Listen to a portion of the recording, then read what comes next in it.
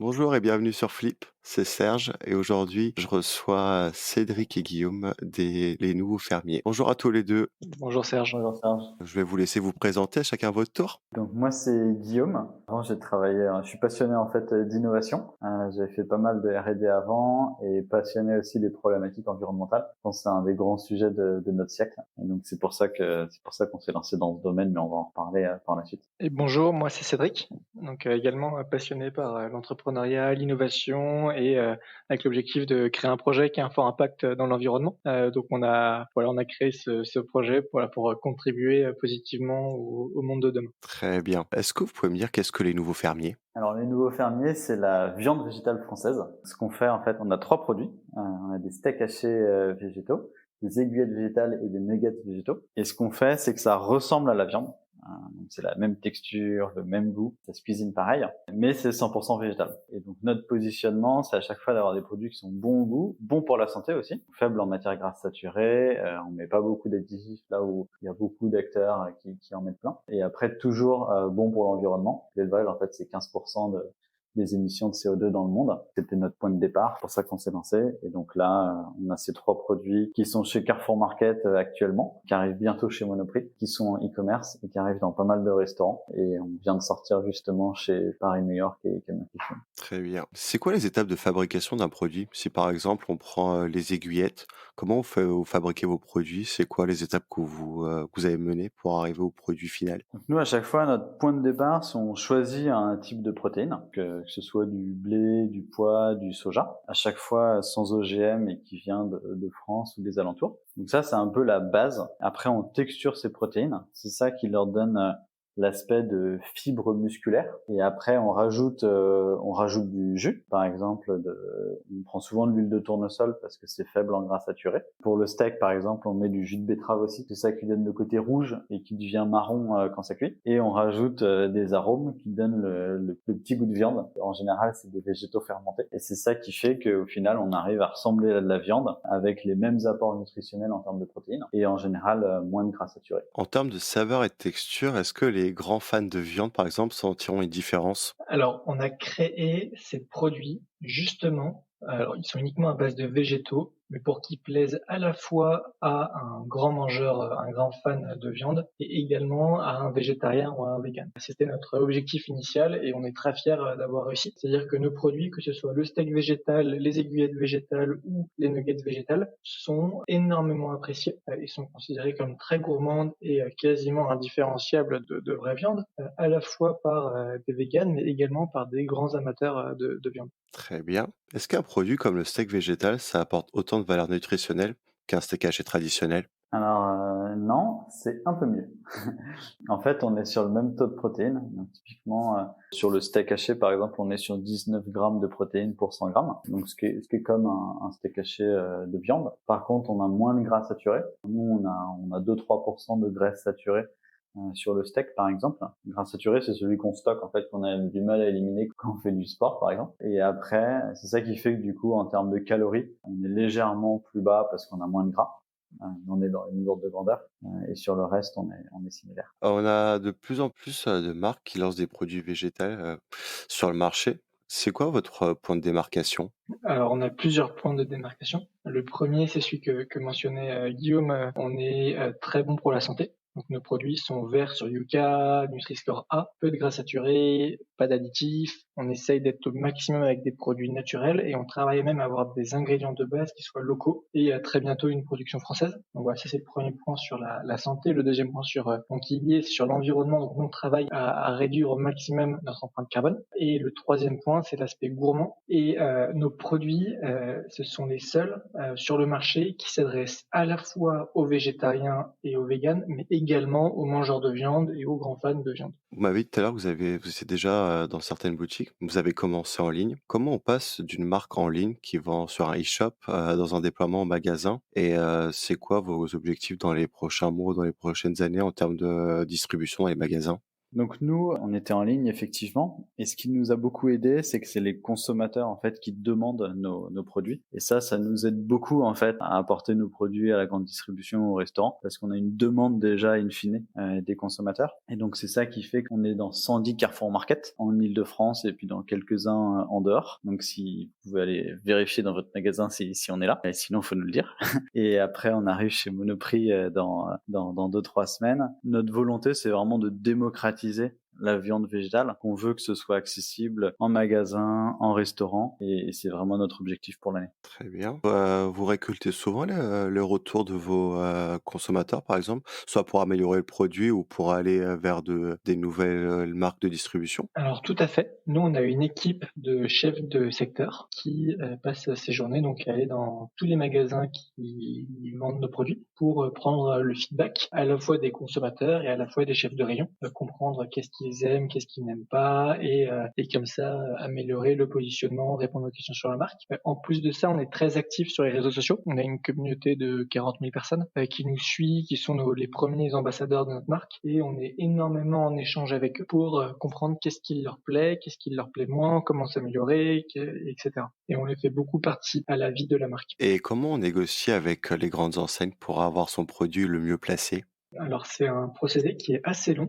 On a mis près de 6 mois nous, à arriver en grande distribution. Ce qu'il faut se dire, c'est qu'une enseigne de grande distribution, elle va pas prendre une marque sans raison. Et nous, par exemple, ils nous ont pris parce qu'on avait une communauté de personnes qui cherchaient à nous acheter, qui voulaient trouver nos produits en magasin, qui consommaient déjà les produits à partir du site de l'e-commerce et qui voulaient continuer à les intégrer dans leur alimentation de tous les jours. Et également parce qu'on a des produits qui sont dans lesquels on va dire, ils se retrouvaient dans nos valeurs, qui sont manger sain, manger végétal, manger bon. Très bien. On va parler un peu de vous avant de passer à la partie thématique. En fait, à quel moment vous avez flippé? En fait, avec Cédric, on cherchait un projet environnemental. On avait réfléchi à quelques idées et on a déjeuné au Hank.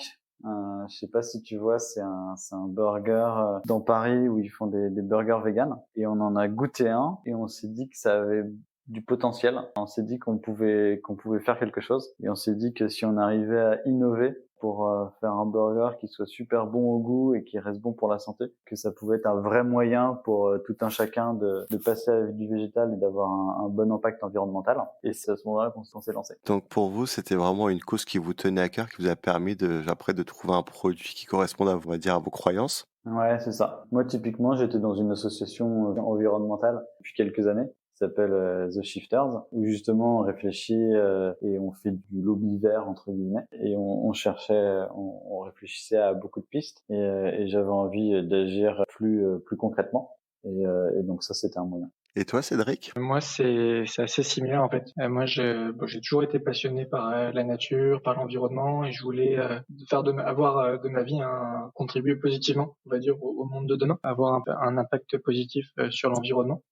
Et c'est pour ça que je me suis beaucoup retrouvé dans ce projet, parce que la viande, c'est 14% des émissions de carbone en France. Et nous, nos produits nous permettent de diviser par 11 l'empreinte carbone à chaque fois qu'on mange notre produit au lieu de manger un steak carné. Énormissime. On l'a vu lors du confinement, enfin, toutes ces causes qui ont été remises au devant de la scène. Moi, la question que j'ai envie de vous poser, est-ce que les entrepreneurs du 21e siècle seront toutes des startups for good comme vous? Et est-ce que c'est une tendance qui, selon vous, va exploser?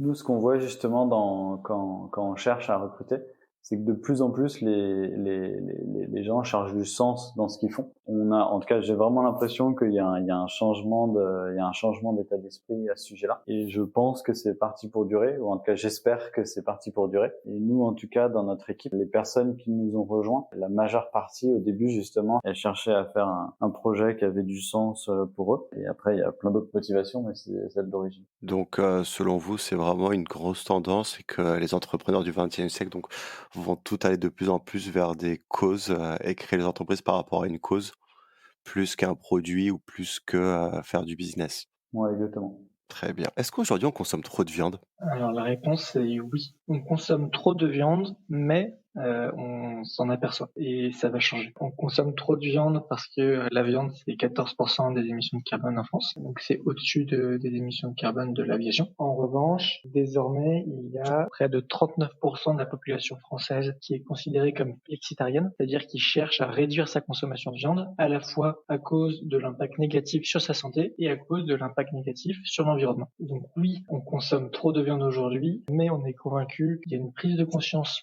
qu'on mange trop de viande et les gens vont progressivement réduire leur consommation de viande et notamment c'est pour ça qu'on a créé ces alternatives gourmandes qui sont végétales. Est-ce que ça a un effet négatif sur la santé de notre corps, par exemple la consommation à trop grosse dose de viande?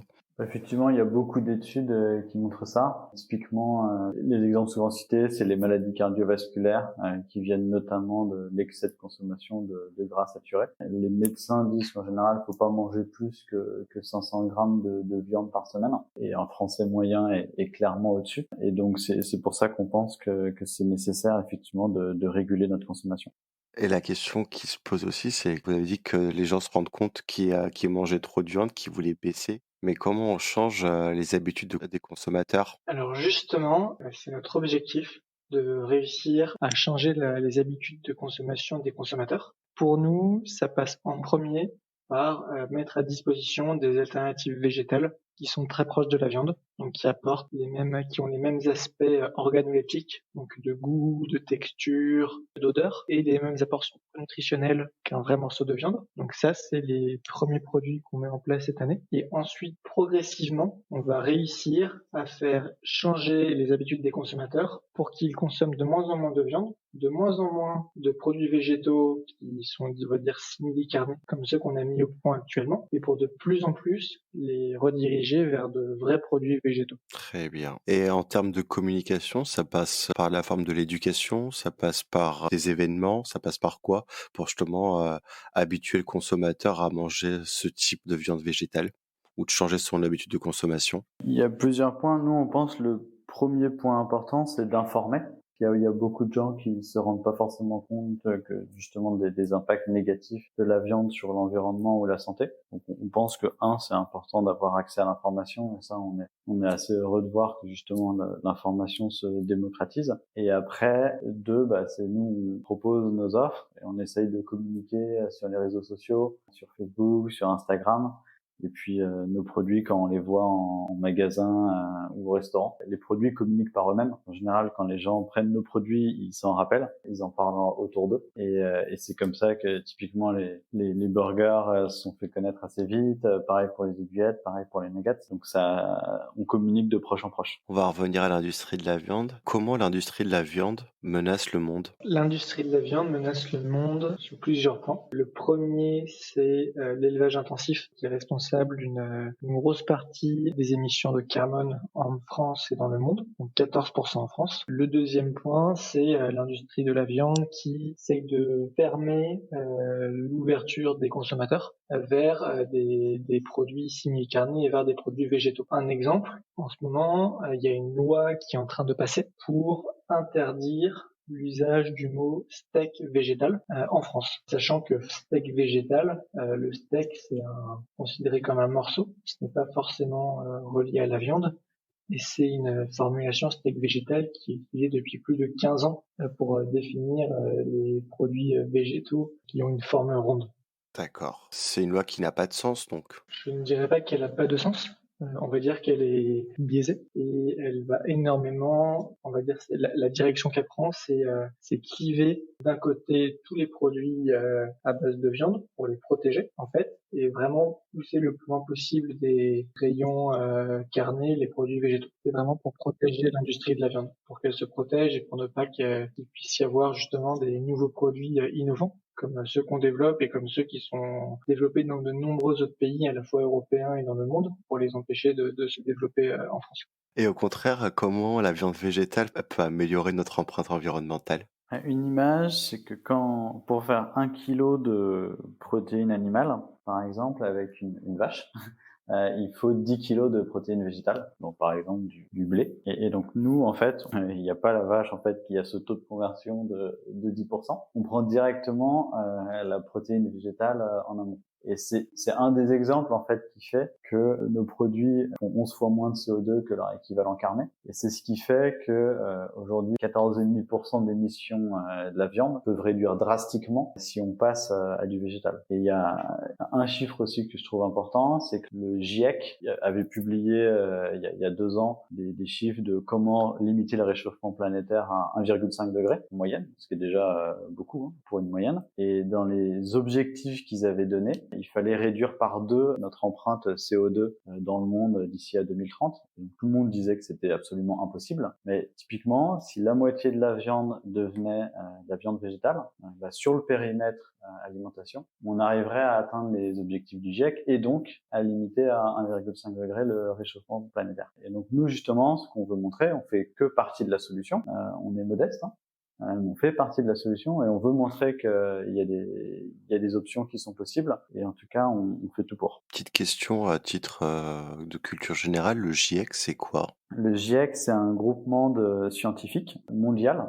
Donc il y a plus de 1000 scientifiques en fait qui participent à ces travaux et c'est la référence internationale sur la problématique climatique. Et régulièrement ils publient des rapports et il y a 2 ans ils avaient publié un rapport sur comment limiter le réchauffement planétaire à 1,5 degré, sachant que les climato-sceptiques en général disent 1,5 degré c'est pas tant que ça, mais l'ère glaciaire où la France était complètement sous glace, l'ère glaciaire c'était juste 3-4 degrés de moins que la température actuelle. 1,5 degré à l'échelle planétaire, c'est énorme. C'est quoi les petits gestes qu'on peut mettre en place à l'échelle de chacun pour limiter notre empreinte environnementale? Tout d'abord, on a déjà beaucoup parlé, mais manger moins de viande.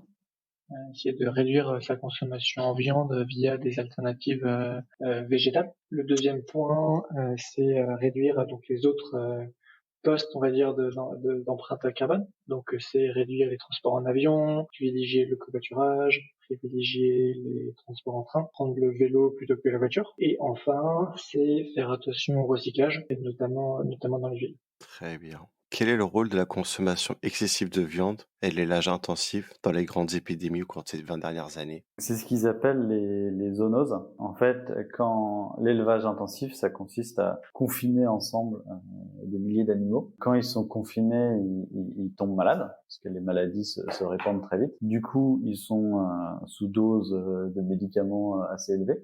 Et donc, il y a des nouvelles maladies qui se développent, qui mutent. Et c'est ce qui fait que donc on leur donne de plus en plus de médicaments, etc. Mais il y a quand même des maladies qui se créent. Et dans toutes ces maladies qui mutent, au fur et à mesure, il y en a de temps en temps qui finissent par réussir à se transmettre à l'homme. Et c'est ce qui fait, il y a un certain nombre de maladies qui sont apparues. Ebola, c'est un exemple. Le Covid, c'est pas encore confirmé, mais ça l'est presque. Et c'est l'élevage intensif contribue à énormément de nouvelles maladies. Et l'OMS déclarait que 3/4 des nouvelles maladies des 20 dernières années venaient à l'origine de la consommation de viande. Bon, on le voit avec le H1N1 et le SARS aussi, c'était origine animale aussi. Avant de terminer ce podcast, on va passer au Flip and Curious. Vous êtes prêts? Allez-y.